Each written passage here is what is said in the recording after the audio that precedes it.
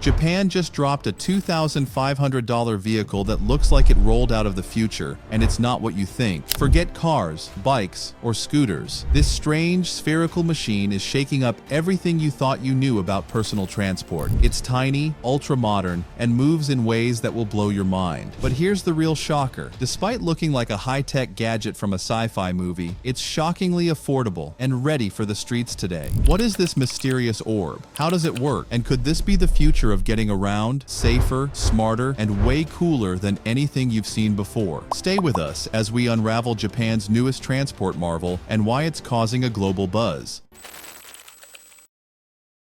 Imagine rolling through the city in a perfectly round pod. No noise, no emissions, no complicated controls. This newly unveiled Japanese spherical transport vehicle is a single-seater, battery-powered microcar, designed not only to be eco-friendly, but also incredibly fun to drive. But what makes it stand out from the rest? Its globe-shaped design, which lets it pivot, rotate, and slide in any direction, almost like it's dancing on the pavement. Seems unreal, but it's real, and it's here available for just $2,500. Social media is buzzing with videos of this pod gliding through narrow alleyways, cruising through pedestrian zones, and even rolling smoothly inside shopping malls, like a real-life Star Wars droid. But is this just another TikTok trend, or the beginning of a true micro-mobility revolution? Let's rewind the tape and look at where this innovation really comes from. To understand Japan's love affair with small, futuristic transport solutions, we need to talk about Takyoka AutoCraft. Founded in 1981, this Japanese company carved out a unique niche, building ultra-compact microcars engineered to survive and thrive on Japan's famously narrow roads. Over the years, Takyoka AutoCraft has built a reputation for crafting some of Japan's quirkiest yet shockingly practical electric vehicles. Take the Abbey Carrot, a boxy, minimalist microcar that's part appliance, part city cruiser. Or the Milieu R, a sleek, whisper-quiet commuter perfect for slipping through Tokyo's tightest corners. And then there's the Rookie, a pint-sized EV that's so small it looks like it belongs in a theme park, but it's fully roadworthy. Don't be fooled by their cartoonish charm. These rides are street legal, fully electric, and often license exempt, making them the ideal choice for urbanites who want freedom without the paperwork. Built for navigating chaos with ease, they're eco-friendly, ultra-compact, and surprisingly capable. In fact, Takyoka didn't just make tiny cars, they helped redefine what a car could be. Their success paved the way for today's micromobility boom and may have even inspired Japan's latest rolling marvel. In fact, if Takyoka had a motto, it might be, "Why drive a tank when a toaster will do?" Now, while this new spherical pod hasn't been officially linked to Takyoka, the philosophy behind it screams Japanese microcar logic: tiny, efficient, and electric.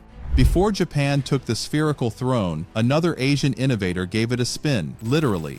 In 2013, Hyundai unveiled the E4U at the Seoul Motor Show. This egg-shaped single-person vehicle ditched traditional wheels for a large rotating sphere that allowed multi-directional movement. It didn't hover. It wasn't a drone. It was a real, functional, rideable machine that looked like it belonged in a Pixar movie. Although Hyundai's E4U never reached production, it introduced a radical concept. Mobility doesn't have to look like a car. It just has to move you. Now, in 2025, Japan seems to have finally made that concept both functional and affordable. So let's get into the mechanics. This vehicle operates on a spherical base, similar to the mechanics of a trackball or computer mouse. The round shell encases a motorized cart that can move and steer along internal rails, causing the entire vehicle to roll in a desired direction. And here's what's completely going to shock you: full 360-degree freedom of movement. It can rotate, drift sideways, pivot on the spot, or smoothly